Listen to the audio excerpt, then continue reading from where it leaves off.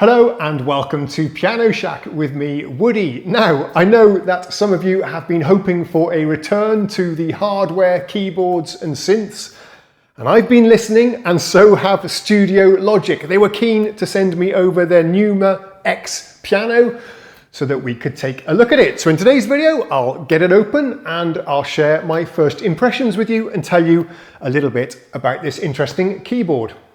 Okay, so I'm noticing that this room is very echoey, so apologies if that's coming across on the microphone. Also, we have my dishwasher going and making strange gurgling noises, so I hope that's not too distracting either. So yeah, I see we've got some staples here that we have to deal with. Before we open it, I am obliged to tell you, and I want to tell you to be fully transparent, this was sent to me free of charge. I have not paid for this. I can keep it as long as I want, so a huge thanks to STUDIOLOGIC for that. I'm always on the hunt for interesting products to feature on the channel.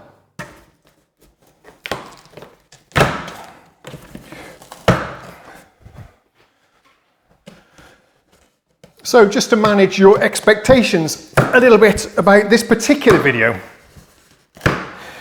there's a lot of things to cover on this. It's a MIDI controller keyboard, it's a piano, it's got hundreds of sounds, it's got physically modelled acoustic pianos and electric pianos, and I think they are worthy of videos in their own right. So there probably won't be too much playing in this video, if anything at all. I just want to get it open, introduce you to it, and tell you what we're going to do with it. And then I'll take it upstairs to the studio and spend a few days exploring it myself, getting to know it before I make that video for you. Don't worry, there'll be plenty of demos and explorations and tutorials coming up. But for now, I just want to get this open and I thought I'd share this with you on the camera. Yeah, we're starting to see the secrets within here. Let's flip it over.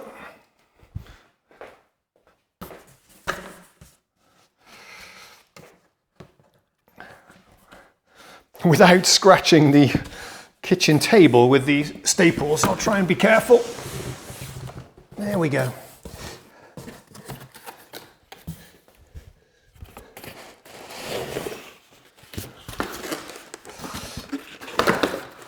Power supply. Looks like we have a little welcome pack there as well.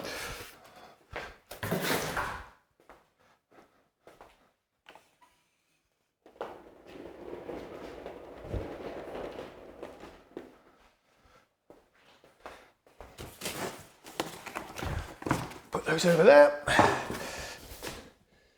Yeah, nice. Another thing I can mention as we extract this from the box is that this particular instrument comes in 3 different versions. The 73, which is what I've chosen because I like a more compact keyboard. The 73, the 88, and then there's a premium 88 model, which I believe has wooden keys and wooden end cheeks, and that would have been really nice to get as well. That would surely feel very luxurious. But again, I opted for the most compact and portable solution here. And yeah, making a pig's ear of getting this out the box. But there we have it.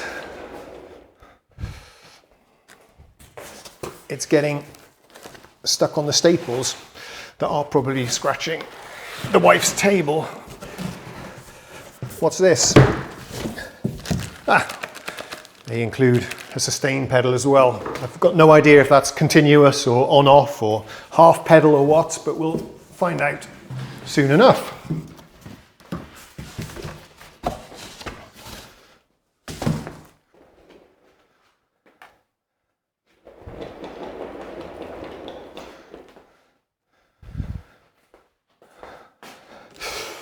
Also, the first video I'm shooting in the new shack, in the living room anyway. On the dining table here. I normally do my unboxings, as you may know, on the dining table, so we'll have to carry on here. I just hope it's not too echoey. This is a larger boxy space that we're in here.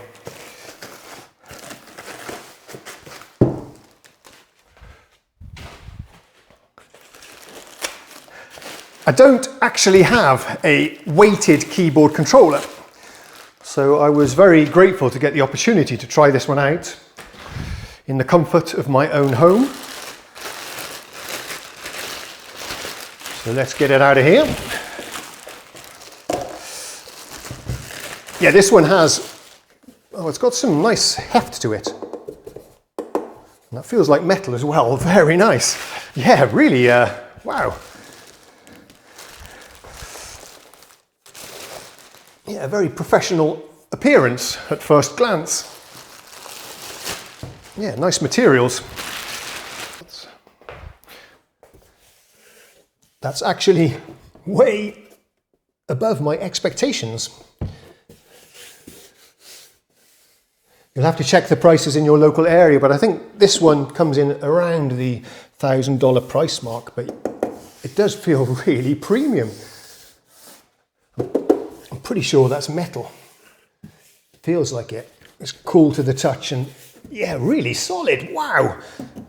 Yeah, nice.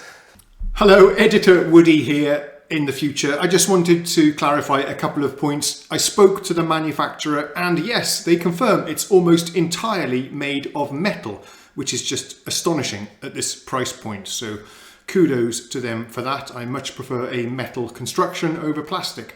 The sustain pedal is quite a basic thing. It just seems to be on and off, so no frills there. And finally, another thing I forgot to mention in the video is that it does even have aftertouch, which is very unusual on a weighted keyboard as well.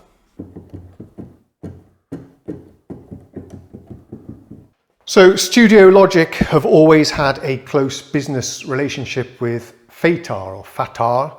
Not sure how you say it. I think both are Italian companies. Fatar I know are for sure. So the key bed here is produced by Fatar. Let's call it Fatar. And they've always supplied their key beds to STUDIOLOGIC, as well as Nord, Viscount, quite a few other instrument manufacturers as well. And they are quite highly regarded as being good quality key beds as well. This one does feel very nice. It's unusual for me to have something weighted, but I'm liking the feel of it, yeah. We have featured STUDIOLOGIC products on the channel before. Some of you might remember this custom built electro controller that I built. Right, so of course this is working, but the question is this one working? It works! So one of the first things that I was checking as I was exploring the key bed here, let's see if we can get a good angle for you guys. One of the things I like to check, and I've seen the internal pictures of this, so I know it's pretty good, but it's the length of the keys back to the pivot, which I believe is somewhere around here. And you can really see that as you play the keys. If I can play one that's on the screen there, yep. You can see even the back part of the key is moving quite a lot. If it was a short hinge, you wouldn't see much movement there. And then it becomes quite hard to play towards the fall board or the back of the keys, which I tend to do a lot. So this is quite encouraging actually. I'm happy to see that we've got nice long keys and they are easy to press towards the back of the keys. So yeah, that's a win.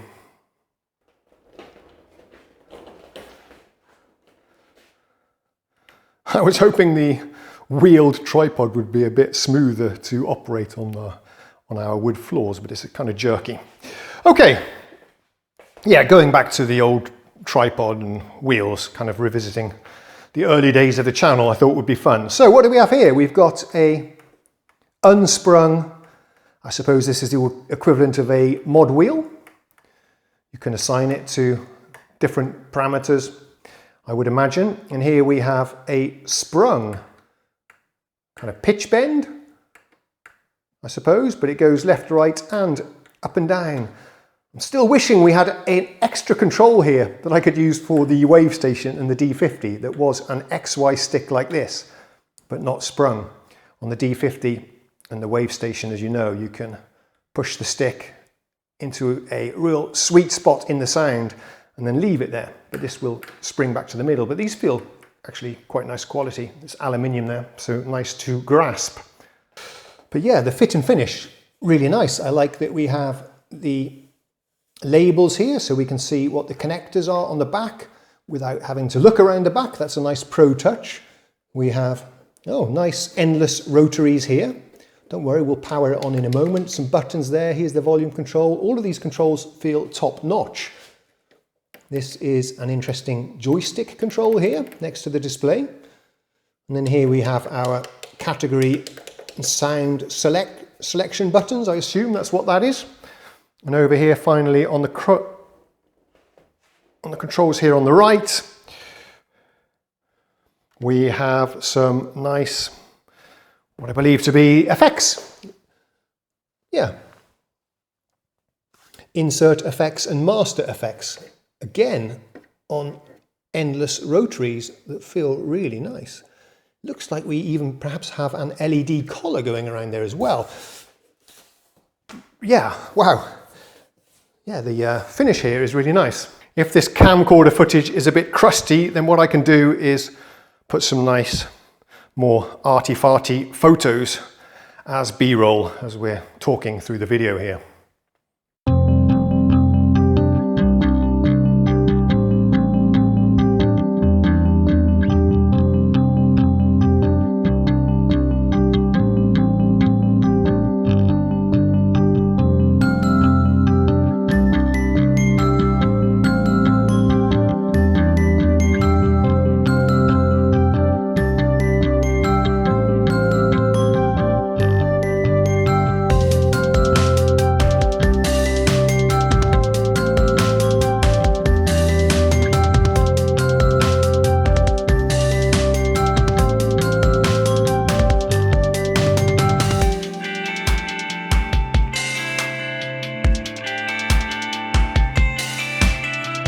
I'm going to reposition it so we can take a look around the back.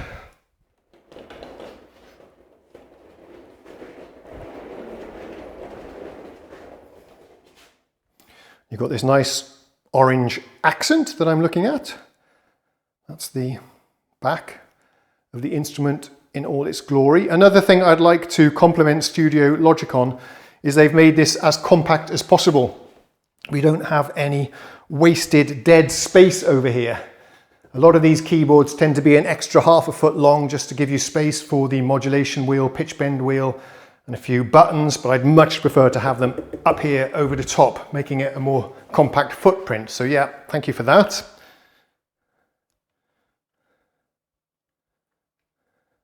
So it does run on an external power supply, so-called wall wart, which we have there. 3 pedal inputs, which should be plenty enough. This is very unusual for a digital piano, or a keyboard controller for that matter. There's 4 mono audio inputs, and I know from reading the manual there's a digital mixer on board as well, so you can send these into the piano and then mix it together with the sound of the piano. A very unusual feature, but pretty cool. We have 3 audio outputs as well. Left, right and phones, and round MIDI in and out as well. And over here is USB. I've also checked that is MIDI over USB and audio over USB, which is good to see. And this orange part here, again, feels like a strip of solid aluminium. It's incredibly well built, guys. Really is nice. I do encourage you, if you have the opportunity, to go to the store and get your hands on one of these. It's actually a lot more elegant and sturdy than it appears in the photographs. Okay, let's get this thing hooked up. And I'm beginning to think that we will wrap this video up here. I hope that's not too disappointing for you, but I'd really like to get to know it first, so I can do it justice in my demonstrations. And also we can divide it up into different videos. There'll be one video, this one, the unboxing and the introduction. I'll do another one where we feature the acoustic pianos. It uses physical modeling, so you can adjust all the parameters of the piano, a bit like Piano Tech. It's even got physical modeling of the electric pianos, and then a bunch of other sounds as well, organs, synthesizers, and so on. So I'll explore those, find my favorites, and share it with you. So a nice touch here, even though it is a wall wart, we have the wart part in the middle, the transformer in the middle, which I tend to find is a little bit more sturdy, and a generously long lead as well, which is also nice to see. One idea I had that I think might be fun. I practice the piano every day, actually piano and organ. There's a few tunes I'm working on at the moment. So what I could do is just do my regular practice session, but on this instrument today, instead of the Nord Electro. And you can just hang out with me as we explore some of the sounds and actually use it in a real context, or at least a real practice context, which is what I do most of the time. So that might be fun. And of course, since we're doing this in separate videos now, that does give you the opportunity to let me know if you have any questions or things in particular that you want me to demonstrate on this. Let me know in the comments and I'll feature those comments and answer them in the next video. Okay, I need to run upstairs and get myself...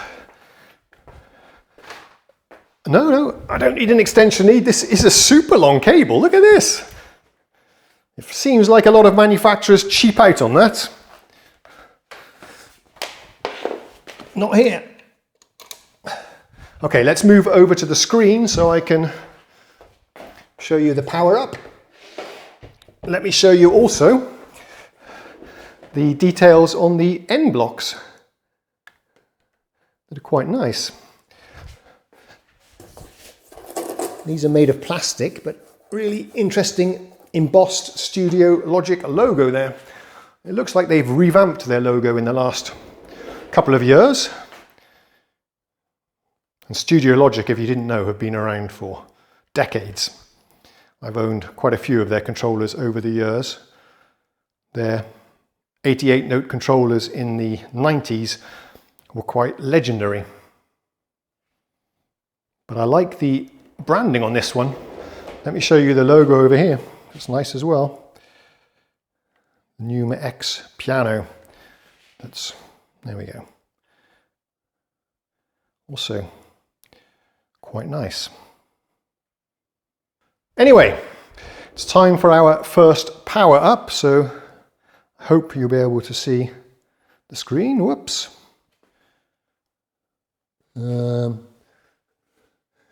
Probably mostly just reflections. Okay, here we go. There's the power button there. Here we go.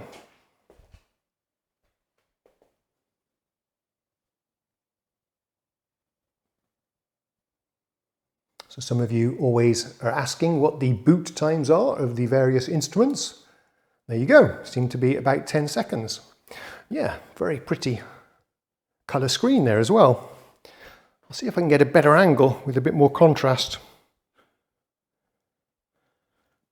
No, I'm really failing to do that. It looks better, I think, for real than it does on the camera lens. Let's try this angle there. No. It's actually a very light living room here. But yeah, that's it there.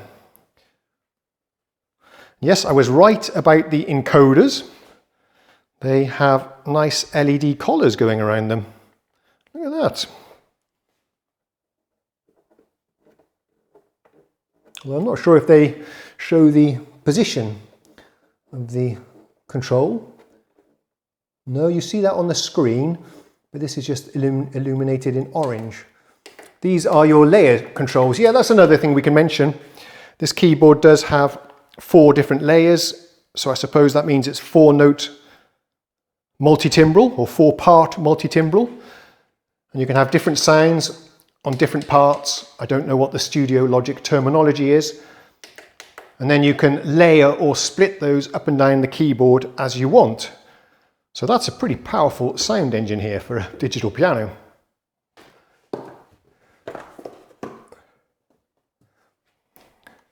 Okay, so I propped the keyboard up on the adapter box, so maybe we have a better chance of seeing that together.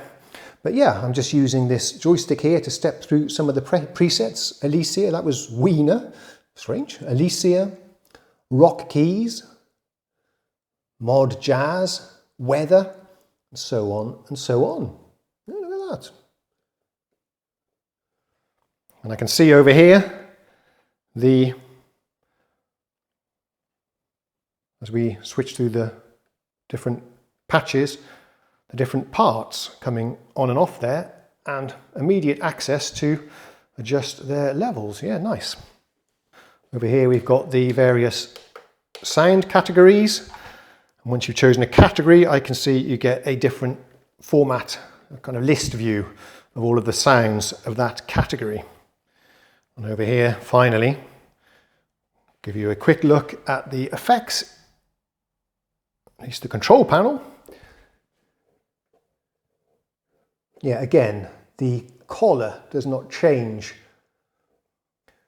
to indicate how much of the parameter you've got dialed in. Just illuminates, I think, to tell you if it's active or not. But on the screen, you can see how much of the value you've adjusted. Yeah. Here somehow we can switch through different settings. Yeah, this is something I'm going to have to investigate when I learn how to use this thing for real. So there you have it. I have to say, I'm quite blown away by the premium feel of this. Completely unexpected. So I'm very happy about that. I'm not just saying it. If I didn't like it, I would tell you. That's part of the terms of agreement when I borrow stuff from manufacturers. I never accept payment for reviews. Occasionally we do get free gear. Yes, that's another thing to mention. This is free, so it is actually a form of payment. So I'll make sure to enable the little thing in the top corner there. Paid product promotion or whatever it's called. Paid promotion, I think it's called. But yeah, I do let the manufacturers know in advance that I do like to highlight both the things I like about the product, the pros, and the things that I dislike the cons. So they're aware of that before they send me anything. And if I was actually to review a product that I didn't like, I just wouldn't make a video about it, basically. This one, take my word for it, absolutely top-notch fit and finish. Really nice. Well done, STUDIOLOGIC. So I hope you're not too mad at me for not actually playing it for you today, but I would like to spend a few days, maybe even a couple of weeks, really trying to get to know this so I can do it justice in my demonstrations. And I just want to get this video out first, so it's a bit of an introduction for you, the fun unboxing, hopefully. And I've shared with you my plans for this in the coming videos, so stay tuned. I'll see you then. Thanks so much for watching. Thanks again to STUDIOLOGIC. I'll see you next time. Cheerio.